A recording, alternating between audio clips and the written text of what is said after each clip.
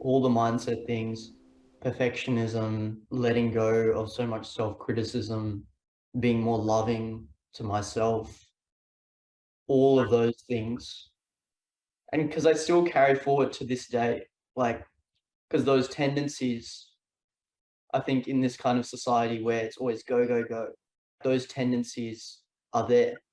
So it's a constant application of all those mindset things.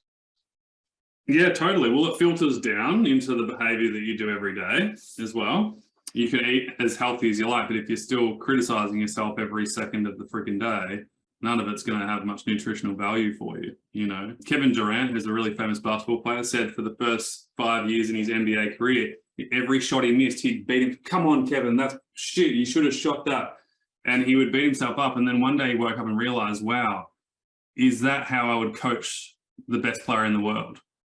Is that really going to bring peak performance by putting myself down?